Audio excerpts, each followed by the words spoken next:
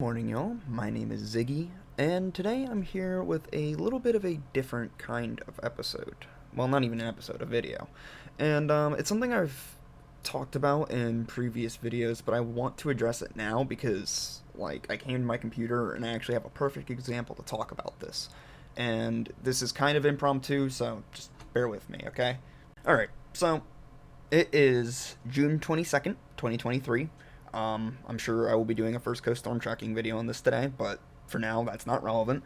It's 9:11 a.m., and as you can see, there is a large multicellular just blob of rain with embedded thunderstorms. These are definitely thunderstorms, especially down near Ocala, again getting hammered by heavy storms. They've been getting so much rain.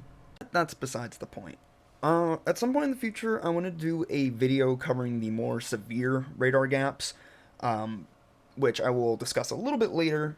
It's mostly out in the mountainous regions of, the mountains of the United States and also the West. But in Florida's actually decently well covered by radar, except for in two major pockets, which I could show you here, but I'll pull up a map in just a second. But today I'm going to be talking about the one I have the most experience with, which is generally around the Big Bend region of Florida, which spans these couple coastal counties here, southwest of Tallahassee, southeast of Tallahassee, southwest of Jacksonville. And while a lot of this is relatively rural area, there is still the city of Gainesville, which is home to a decent amount of people. Alright, so this is a map of radar, and it is split up into three different categories here. As you can see, 4,000 feet above ground level, 6,000 feet or above ground level, or 10,000 feet or above ground level.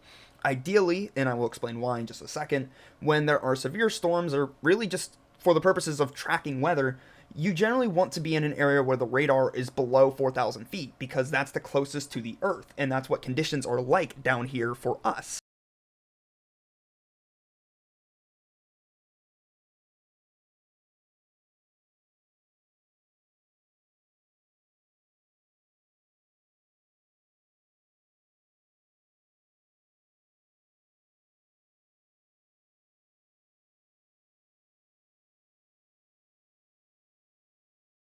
Sometimes the radar even picks up things like smoke, bugs, dust, other particles in the air that aren't precipitation at all. Now, this is an absolute miracle scientifically, and with the development of Doppler radar and further advancements in things like NextRad radar, we have come so far from the beginning of weather forecasting, but unfortunately there are still a few issues. So now this is where we shift the attention towards Florida. And you might be looking at this map and you're like, okay, well, that doesn't look that bad. Most of the map is pretty decently covered. The entire state has some degree of coverage.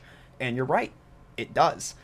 But there are a few issues, both with living conditions in Florida related to meteorology and housing that I will get to, but also it's a state of almost 22 million people.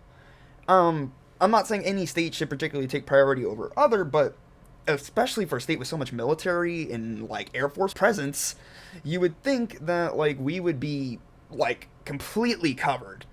Now, in the state of Florida, we have 7 radar sites.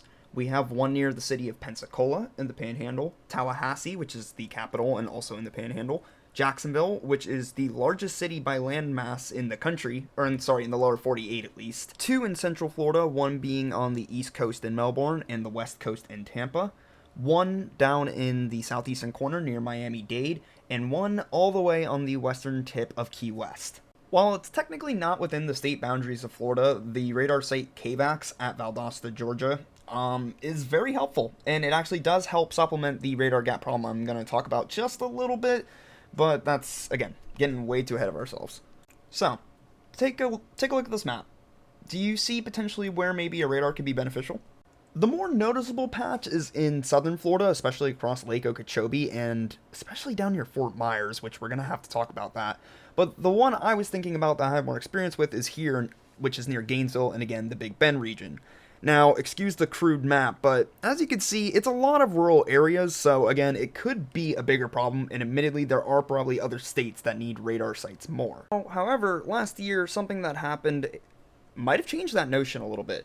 Now, granted, I will say, as a disclaimer, hurricanes are very You know, like, we get to predict them long in advance. We get mandatory evacuations and stuff. We know they're coming. It's different than having, like, an out-of-nowhere freak, like, crazy thunderstorm.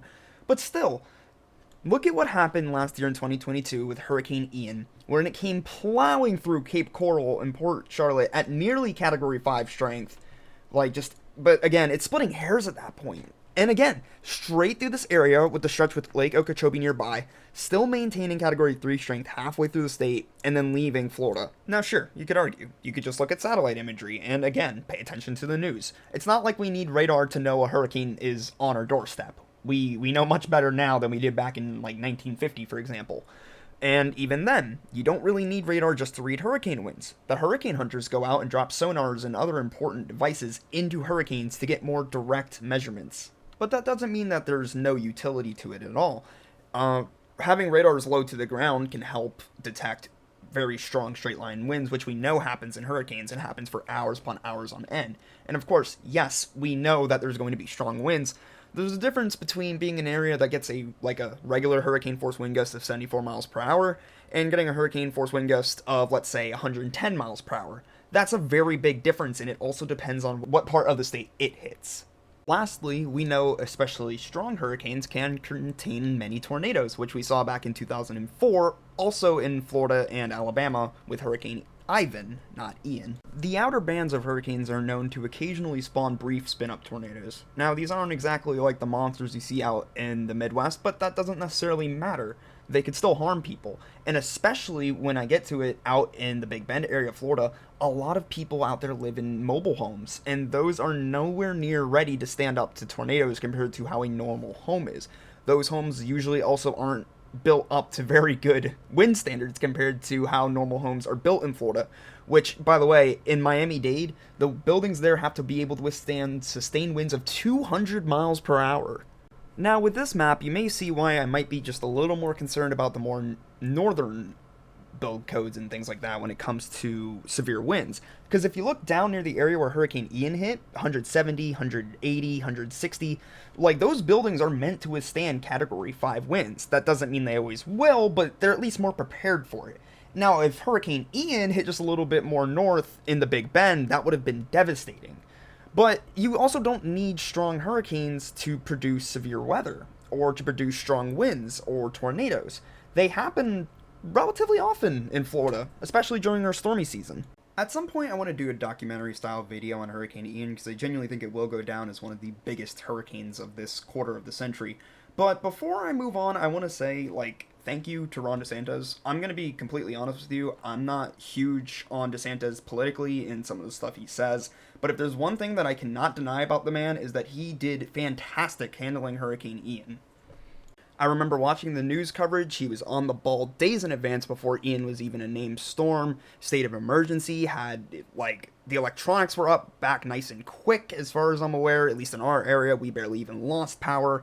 I know down south it was a little bit harder, but what can you do with a Category 5 hurricane? But overall, I think DeSantis' coverage on Ian was phenomenal, and I hope that if we have more hurricanes this year, he's just as on the ball. And I think when it comes to that type of coverage and preparation for hurricanes, more governors should take from DeSantis' example in that regard. I do plan on submitting this video to the National Weather Service through email, but if by any chance, Mr. Governor, you see this video, I would just like to, again, personally thank you for you protecting the people of Florida during Hurricane Ian. But also, if you come across this video and you agree with what I have to say, that's great. So now that I've wasted about 9 minutes of your time by rambling, I can get to the point of why I actually wanted to make this video today. The radar gap near the Big Bend of Florida. If you noticed on that other map, there's no area below 10,000 feet of coverage in that Tampa area. And hurricanes are also relatively low in the atmosphere, so again, that's another good reason why you want radar sites close. But no more about hurricanes. But if I remember correctly, right here along the beach, there's areas with coverage below 10,000 feet. And another reason why you'd want radar near the coast is hurricanes sometimes do approach this area of the Big Bend, and even the area near Tallahassee where Hurricane Michael hit. You'd want to have coverage probably of these coastal areas in case when embedded supercellular thunderstorms roll on sail, or, oh my god. I think what I was trying to say, sometimes hurricanes contain embedded supercellular thunderstorms that can reach far from the center of a hurricane. There we go. You don't need a hurricane to cause mass devastation and destruction. Now, I'm not saying these storms depicted here on radar are doing that, but just as an example, look at this type of storm system, right? So, this is a past scan. The storms have weakened since, for the most part, actually. Look, there are some down there. But let's go back. So, all of the radar sites you'd be using are blocking your line of vision towards these storms. Tallahassee, Valdosta, Jacksonville, by this residual Doppler rain wrapping around the multicellular storms, right? Again, we can see here, like, let's look at the Ocala storm. It came through. It's still doing pretty good. But it's like, again, when you're so far away from these radar sites, it could be hard to really read the upper levels of the atmosphere. And when you see stuff like this on radar, you're like, well, that might be hail. But we're so far away from radar that we don't know for sure. It's hard to detect straight line wind damage. It would be hard to detect tornadoes through radar, especially in Florida, where, as you've seen from our videos, a lot of these cells are very high precipitation. They'll likely be rain wrapped, which is, again, another reason I lied. I'm coming back to hurricanes, where it would be important for, to have Doppler radar near hurricanes, because the distinct shift in winds of a tornado velocity signature would be very noticeable on radar in a hurricane, where the direction of the winds are almost always moving generally in the same direction. I'd also like to point out that this general west to east movement flow of thunderstorms in Florida is pretty common during the summer. It's the second day of summer now, and usually, as you can see, when there's a disturbance in the atmosphere or heating in the atmosphere, usually comes off the west coast sea breeze first, we'll start to spawn storms in this area. They'll push east through Florida, and if they maintain their strength, they'll make it through the first coast area and move offshore. Sometimes they just peter out like they are here. But again, this place is very, very storm prone. Very storm prone. And I find it kind of weird that there isn't more coverage there. Talking about the flooding rain the past couple days, and I mean, look at this. Look at the watch and warning map. These watches first started down here in the first couple counties, including some of the counties along the Big Bend, but now it's stretching up across this entire region because we've just been getting swamped. But my point is it's been also kind of hard to track some of these, like, rain totals or estimate them through radar. Now, granted, obviously ground totals are always better, but if you want to, like, initiate a flash flood warning, you don't know how much rain is about to fall before that monster thunderstorm comes. You just know it's going to rain hell. And, if you want to possibly warn a city of nearly 141,000 people of an intense storm rolling through, you want to make sure you have, like, the right data necessary to issue an appropriate warning. So, if you live in Gainesville, what options do you have for radar? Well, you have KJAX, that's 74 miles away with a beam height of around 6,000 feet in the atmosphere. Next up, you have the Valdosta radar, that's about 95 miles away with a beam height of around 9,000 feet in the air.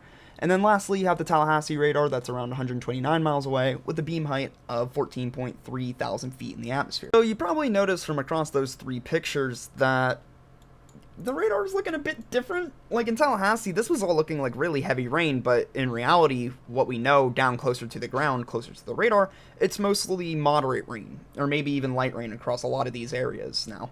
So that's kind of the problem when it comes to, like, when some of these storm systems roll through a relative dead zone, is what do we do when we're getting three different types of conflicting information?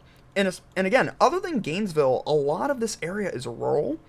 Like, you might not have a lot of people out there that are trained storm spotters at all, let alone people that know anything about meteorology to, like, contribute. Now, it's not like the National Weather Service hasn't thought about this. Back in 2020, they reported to Congress about gaps in NEXRAD radar coverage, and long story short, it came to the conclusion that they didn't really think there was a problem with the current system of radar, and that it did not cause enough concern to go and, like, either add new radars or, like, reform the entire system. Now, I'm no meteorologist, I'm no contractor to engineer all this stuff. I don't know how much money it costs, I don't know about the logistics, I don't know about the science. I am just an enthusiast viewing from the outside in. So if anybody would like to come along and correct me, tell me I'm stupid and that it costs too much money, well, go ahead. But in my opinion, I think it would be a worthy investment, especially for the people that live over in those areas. Again, it doesn't take just major hurricanes to cause problems. That area is a little bit closer to where the newish quote-unquote Tornado Alley is, near Dixie Alley, And a lot of tornadoes do occur near there, and a lot of the tornadoes that occur there are at night, especially once these storm systems get through Florida, where they usually don't arrive on the East Coast until late at night, long after dark, even in the summer hours. But a lot of those systems occur in the winter, where it gets dark really early anyway. So, like I mentioned earlier, when it comes to tracking severe weather conditions on the ground, you want the radar beam to generally be below 4,000 to 6,000 feet in the atmosphere. The lower the better, because that's how we know what conditions are like closer to the ground. So, is Gainesville a good spot? Well, I definitely think there's potential. The red dot is a approximation of Gainesville is. It's around 70 miles to the southwest of Jacksonville, where the KJAX site is, so I kind of guesstimated. But as you can see, like, the radar beam going at about 55 miles out is the 4,000 foot coverage, and that would cover pretty much the rest of the land that's missing in north central Florida, both along the coast, obviously around Gainesville, going south into near, I think it's Volusia and Orange counties, and possibly even helping get rid of that weird little narrow beam between the Melbourne and Jacksonville radars. Another benefit would be the better coverage over sea. I mean, as you can notice, that little notch of blue that leaks onto the Big Bend of Florida, it's one of the only spots in Florida where there isn't, like, pretty good coverage along the water, except for maybe a little bit, like, directly off the coast of Port Charlotte. So that would be a good thing. But again, it doesn't just take, like, major hurricanes that we'd be needing this for. As you saw earlier, like, just your average summertime thunderstorms roll through these areas almost every day. It only takes one crazy storm to cause massive damage to people's lives. To conclude, while I understand there would be a lot more logistics and money and bureaucracy bullshit that would go into it, I do think that it's very important that these kinds of things are taken into consideration. And again, this maybe wouldn't be as big of a concern if A, Florida wasn't a hurricane magnet, B, Florida wasn't the lightning cap of the world, and C, Florida has a population of almost 22 million people. I get that that's a more rural area, but are you telling me we can't scrounge up the money from it from somewhere if the government isn't willing to just give it? And as global warming continues and climate patterns become more unpredictable, storms will become more unpredictable. And like I said, one of the weaknesses in Florida's radar system might have only just been exposed last year with Hurricane Ian. I mean, it's only a year ago, you know? Like, not many people have really thought about this.